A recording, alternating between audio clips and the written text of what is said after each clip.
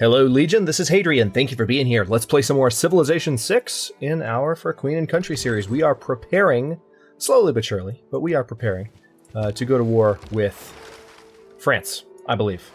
Whether or not that is an advisable step remains to be seen, but I feel like given our kind of crappy start as Britain, which is just due to the map, we are really going to have to take some territory. So whether that means outright war for all of France, or perhaps just war to secure a lot of territory, like in the Brittany region, kind of like we did with the first run of the series, we'll see. But we're going to go to war with France. So I do need, at the same time though, I need to be careful because I am also in need of more, I need to build up the areas around my cities as much as possible, and I need more settlers. I mean, I just founded 2 cities in the last episode, but I need to keep going. So that's kind of the trade-off. Leicester is a pretty big town. Well, the thing is, the trouble with constantly cranking out settlers is you have to have a certain population size in order to build additional districts. So I'm shooting myself in the foot if I crank out too many settlers too fast, because then I never get to build the new districts as they become available. So tell you what, let's go ahead and go for a builder here in the spirit of that particular pursuit. Okay, I've met Stockholm, so I can finally get a science bonus. Yes, please. Oh, actually, wait. Maybe culture bonus would be the wiser thing. +2 culture in the capital. All right, there's that. We'll go for the science bonuses too, but we want those things to be even. And right now, our culture benefits are a little bit behind the times. Über Vorsichtigkeit sie gelobet. Dude, I literally just sent an envoy to a city-state. Why are you... Okay. Maybe there's a particular city-state that he's trying to be protective of. Maybe that's what it is. All right, let's improve that. All right, now we need to start... Oh, hello! Goody Hut, I was not expecting that. All right, that scout is officially dead. That's going to be fun to watch. Let's sail, tell you what, let's start sailing along the French and German coast as much as possible, because I want to see what's going on there. Also, I can't really go anywhere this direction because of Rome's borders, so actually there was no point in my making that move. We need to head back this way, and maybe then sail along the northern African borders, and meet our lovely, lovely best friend in the whole world, Cleopatra. Can you tell how excited I am about meeting Cleopatra? I know what she's going to tell me within a few turns of meeting her. Okay, let's head that way.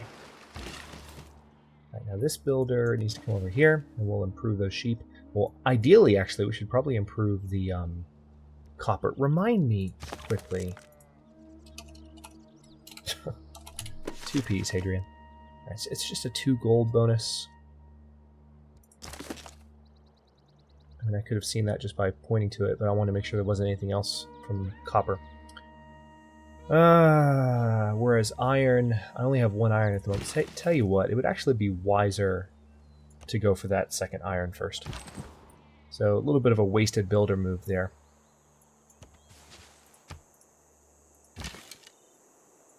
Bye-bye. Bye-bye. Alright, so that's that. We're almost done with the barbarians, which is a nice... What are you talking about? I have an income of 13.2.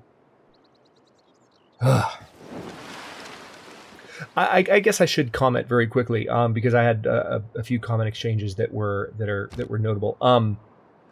I don't mean to complain as much as I do sometimes. When it comes to Civ, there are certain things that I think this game will eventually be better at, and every now and then, you know, a game will just surprise you when certain things are not in place, even from early on. And one of the things that really surprised me, and a lot of people about Civ 6, is the extent to which it's not necessarily the AI, period, because that's been a sticking point for a lot of people. I don't have as much of an issue with that. But I do have an issue with the diplomacy. No hour of life is wasted that is spent in the saddle. I have an issue with the diplomacy because, frankly, it's crap. So, I mean, it's just it doesn't work very well. The enemy nations have a tendency to trend towards negative opinions. Okay, there goes the barbarian encampment. Ireland is officially clear. Hold that thought. Hang on. Let's yeah, Petra's not very useful to me. We could go for the Terracotta Army. Ooh, that would be an interesting coup. Level up all of our military units instantly. You know what? Let's do it. Let's try and go for the Terracotta Army. But anyway, yeah, that's what frustrates me. I love, in any strategy game, whether it's Civ or not, I love a good diplomacy system. Even if it's still flawed. Stellaris is a great example. Stellaris diplomacy is not at all perfect, but you get the feeling that you are playing against a simulated opponent that has desires for trade and for good relations and bad relations and reacts to things that you do, etc., etc., and so on and so forth. I'm not necessarily talking about Stellaris specifically anymore. I'm just talking about what it means to have a good simulated AI in 2017. And I just happen to think that Civ 6 could do better. So every now and then, I realize that I say things that probably sound like I'm bitching a little bit too much. And if that rubs anyone the wrong way, I apologize. It's not my intention. And this is totally a mea culpa. This is not because of anything anyone said to me. I just am, believe it or not, I am aware most of the time of the words that are coming out of my mouth while I'm playing. So that's kind of where I'm coming from when I talk about the AI issues. Tui regni regiones diripendas ostibus dauisti. Num propagatio adio te terret. See, yeah, like, not really, dude. I mean, I have cities near the vast majority of the luxury resources that I need in order to be successful. So I don't know what the heck you're talking about.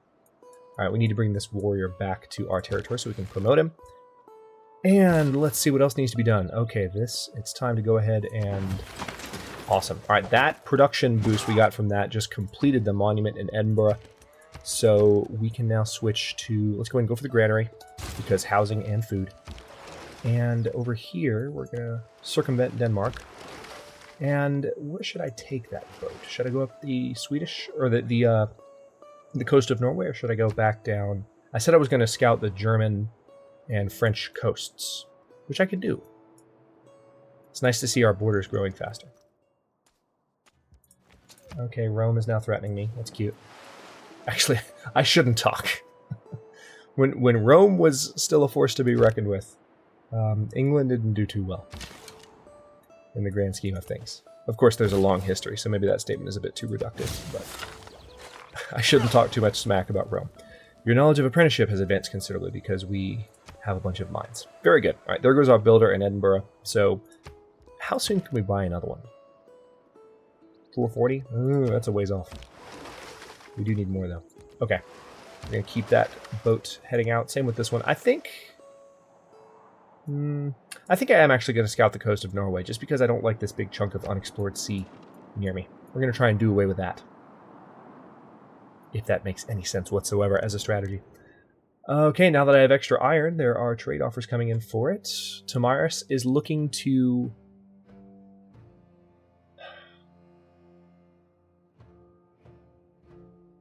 Interesting. All right, you want 1 iron, and you're going to open your borders to me. Tell you what, let me try what I said I was going to try. Let me see if I can sweeten the deal a little bit. We're just going to give her 50 gold, just as a way of saying, let's tip the scales in your favor. Ooh, Rome really doesn't like me. You're competing with them for... Oh, there you go. That makes more sense. Alright, so Rome has denounced me. Tamiris still is unfriendly towards me, but hopefully after a turn or two, that little sad face will go away because I just gave her a favorable trade. So I'm thinking that should mean something substantial. Hey!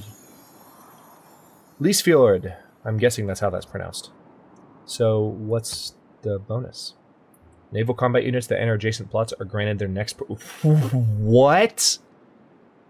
Oh, that's ridiculous. I'm guessing it can only happen once, obviously. But still, that's insanely cool. That's a lot like Giant's Causeway. Very nice. Okay. We got some builders coming up. Much needed builders, because we still have some iron to improve up here. Or do we? Yeah, we do. It's got the circle around it, because that's where we were building Stonehenge. So that's all that's left of... Wait, no, is that where we're building Stonehenge? I've lived through some terrible things in my life. Yeah, it is. Some of which actually happened. Okay, so now we have access to the Great Library. We still want... Alright, we don't really need the Barbarian production bonus anymore, so tell you what. Let's go ahead and go for... Not a production bonus. Let's go ahead and go for conscription. Because we're going to have an army pretty soon that is going to need that to support it. So a little bit of forward thinking there. Alright, let's also go for... Let's go for military training. Just not really going for that for any particular reason. Okay, now... I really do need to build more settlers, don't I? Fine, I'll do it. I know I also said I was going to work on an army, but I really want to make sure that before I go on any grand military endeavors that I'm reasonably certain no forward settling is going to happen on our continent here, on our island. Where would be the best place? I guess the iron here.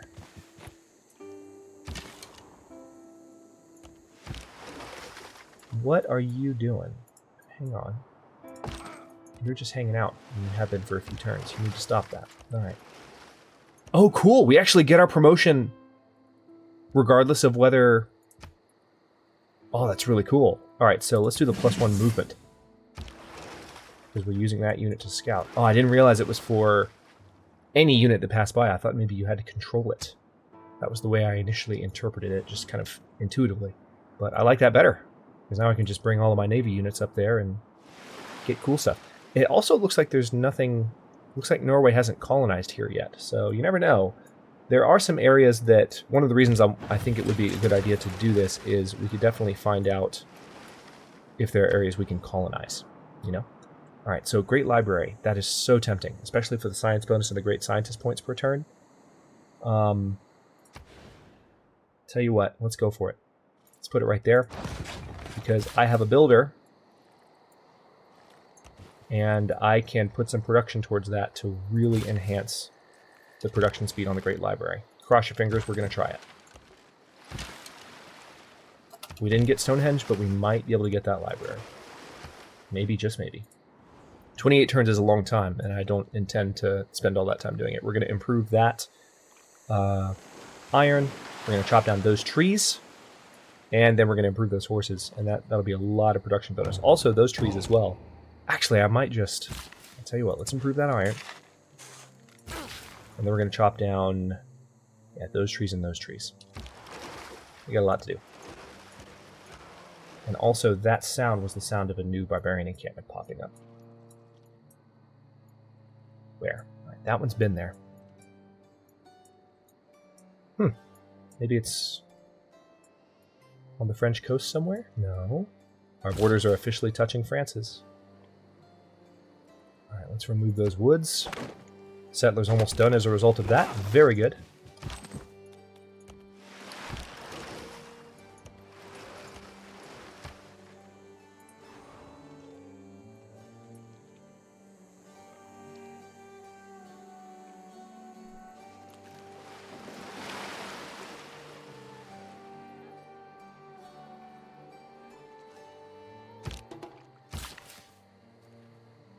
Okay.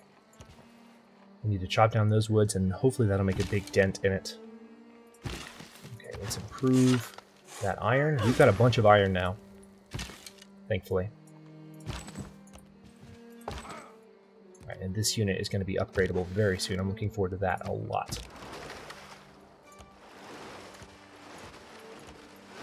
Okay, here is the border of Norway.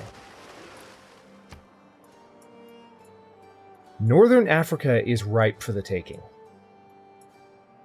I don't think there are going to be any civs there. So that's one area that we could potentially colonize if we're smart. And quick. I don't know. It would take a lot of effort to pull that off. So I don't know that it's necessarily something I should prioritize. But I'm thinking aloud. Okay, now let's go ahead and get another swordsman built here. We do need to keep working on that military. Next settlement probably should be... Yeah, let's go ahead and put it all the way up there. Hopefully we won't run into any barbarians on the way up. I'm going to risk it. Okay, so that mine is done.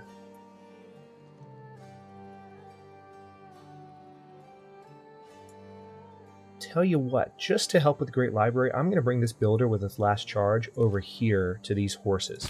Okay, moment of truth. We're at 22 turns left on the Great Library now, but really? Just 3 turns? Alright. Well, in that case, that's all the more reason to chop down as many trees as we can. That's surprising. I just need more population, is what it comes down to. And we are about to have more, actually. London's going to grow in 2 turns, so that helps. That does help.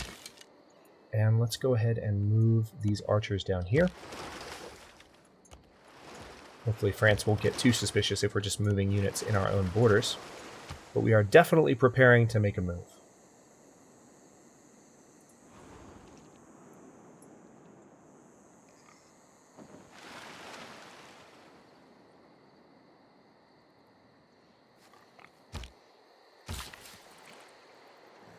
Okay.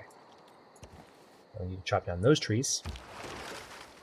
And we can't go any farther here.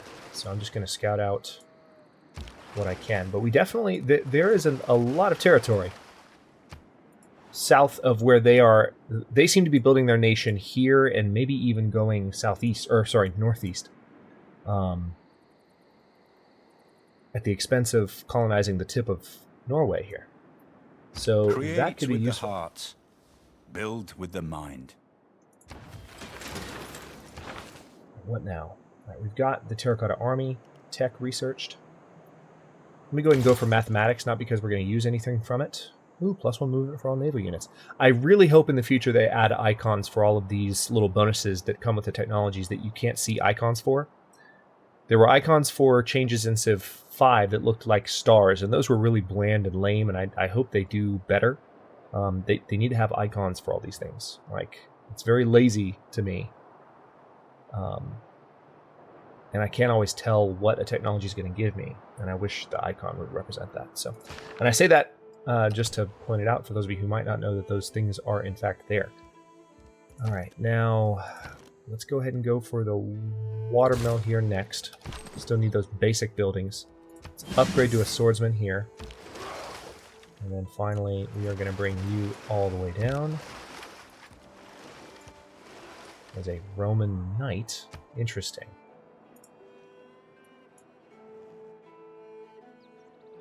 It is 790 AD. Tamira still has an unfriendly opinion of me. This is what I'm talking about. What have I done to her? I really am complaining a lot. I don't mean to.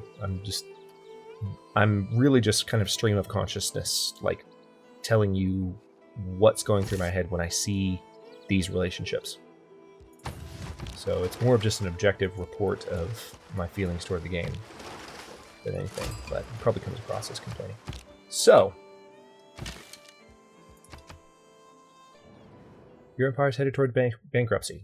No, it's not. We're actually doing pretty good, thanks. Maybe they're saying that because I'm one of the lower performing economies. Maybe that's what it is. Maybe we are on a ranking list and we're low and they're chastising me for it. Must often wipe a bloody nose. Okay. Yields gained from pillaging are doubled from pillaging improvements. 30% production towards encampment districts and buildings for that district. Nice. Not going to use either of those civics, but I need to keep moving down the civic tree. Now, what else can I... Yeah, I guess I do need to go ahead and go for the science bonus now. Alright, now we have a trader here that needs to renew their... Actually, Edinburgh needs to be connected to the rest of the empire. And we're going to go ahead and call it an empire. We are. Alright, you are now 12 turns away. Please tell me we're going to have a shot at this.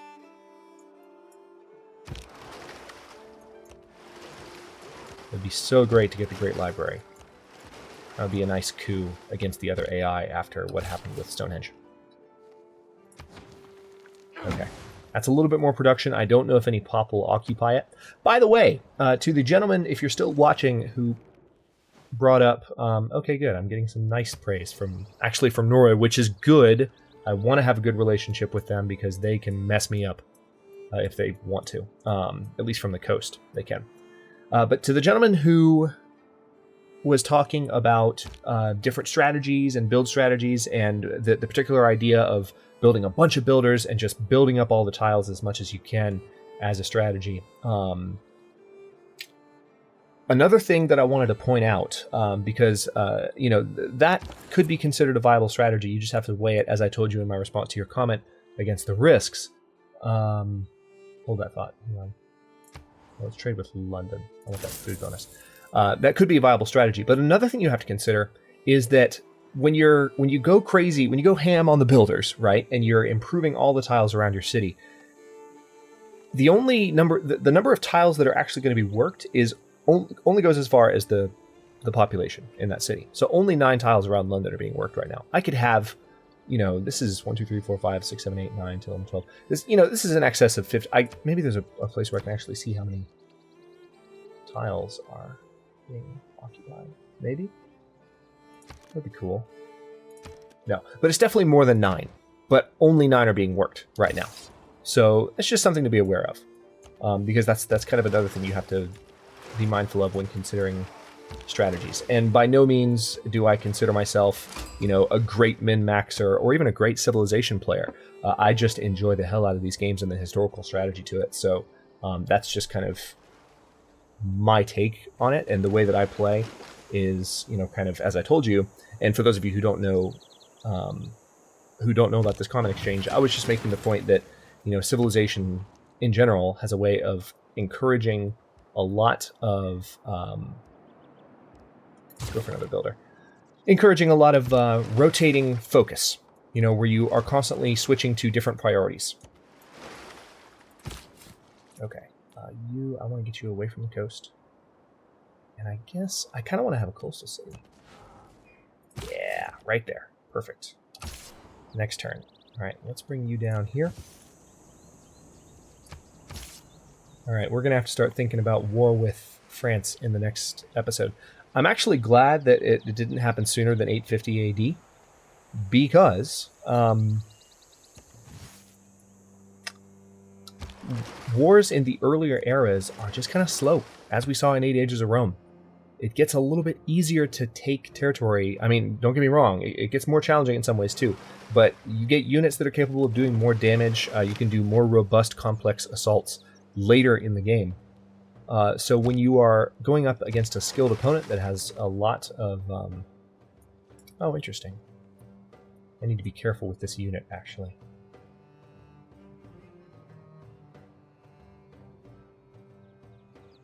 Yeah, let me try going on an attack run here, but I might have to withdraw them pretty quick. I've forgotten what I was saying. I was making a point, too. Oh, what was it? Oh, yeah. You can just... It takes more effort to wage large-scale wars against powerful opponents in the early ages, in the current version of Civ, from what I've found. And so Carthage still exists as a city-state. Okay, our settler is going to found Inverness. And let's go ahead and purchase a monument. Very good. Can we purchase anything else? No, we can't. But let's go for the granary next. And we don't have room for any more traders, but we're going to be able to have more of those soon. Okay, Protestantism. Oh, that's ironic. Thank you! Norway has brought Protestantism to England. That's kind of nice. Let's have a quick look at... Yeah, ooh, Jesuit education? Meeting house? These are things that I would normally pick. Okay. I'm all right with this. This is a good religion to be spread to my country. So we will gladly take up that banner. All right, now you just need to go on alert. We'll keep you guys here for a bit. Crap. Yeah, I knew that was going to happen. Right, hopefully we can get away with that unit, because that unit is a good scout. We're going to try and keep them alive, if at all possible. Hopefully they don't... Hopefully I got far enough away, since I have the movement bonus, to where they won't be able to detect where I ran to. And maybe I can bring him down here and have him heal up in London. That would be the ideal situation. Okay, good. Got away. Alright, so come down to London. It's going to take you a few turns, but that's fine by me. Now, we need... Yeah, this is going to take some turns, but we need the barracks in Exeter. We need that production. For the sake of the long game, for the sake of doing well against all these incredibly powerful opponents. Okay, what are you offering me? You're offering me a luxury resource I don't have, because you have plenty of it. You want iron and open borders. I'm going to say no to the open borders, and you're still willing to accept it for just one of my iron. You're going to give me a lot of gold for it, too. Sweet. Okay, well, we just reduced the value of the deal on his side a little bit, so hopefully that doesn't hurt our relationship with Harold too much. Alright, Exeter needs more housing, but when the barracks are done, that problem will be solved. We need a builder over here as well. If This I were city's gonna again be- beginning my studies, I would follow the advice of Plato and start with mathematics. This city's going to be a slow grower, so we need to be careful with that. Okay, so let's go for apprenticeship next because of the workshop in the industrial zone possibilities.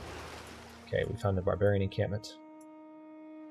Okay, and on that note, we are at turn 235 already, not even 10 episodes in. It's 890 AD, and time is, of course, going to continue to slow down a little bit as we play through this series, because we're playing on epic speed, and it'll get to a point where turns represent, single years, like we were seeing at the end of 8 Ages of Rome, and it's going to be even more of a crawl as we get towards the end of Civ 6. But anyway, lots of speaking of varied focuses and rotating focuses, lots of varied focuses this episode. I am slowly building up military units, but at the same time, I don't really feel comfortable launching any kind of land invasions and going toe-to-toe with France until I'm confident that I'm leaving behind a nation that is going to be a strong economic engine for whatever wars that I launch. So it's going to be maybe another episode or two before we actually launch a war, but we are going to launch a war. And then once we've taken some territory from France, assuming we are successful in doing so, Oh, look, Leicester is ready for some missionaries. Awesome. All right, we need a temple in order to get the meeting house built. So we need to focus on that as well. We now have Protestantism, and Protestantism is actually an awesome, awesome faith, it looks like. So we are going to take advantage of that. Thank you, Norway, for that. I appreciate that. We will definitely help you spread that religion. But anyway, yes, we have a lot to do. We want to make sure that we have a strong economic engine going before we go out and start trying to wreck other countries. And hopefully that is a sound strategy. Also, this episode, lots of reflections and mea culpas and stuff. I hope I didn't come across as too negative at any point. But every now and then I like to acknowledge, again, that I do, in fact, know what is coming out of my mouth. And every now and then I realize when, for a string of maybe 2 or 3 episodes, I've been saying, kind of, for lack of a better word, bitchy things. And by no means do I mean it to reflect my opinion of Civ 6 in general. I love this game, and I think it's going to get better and better and better.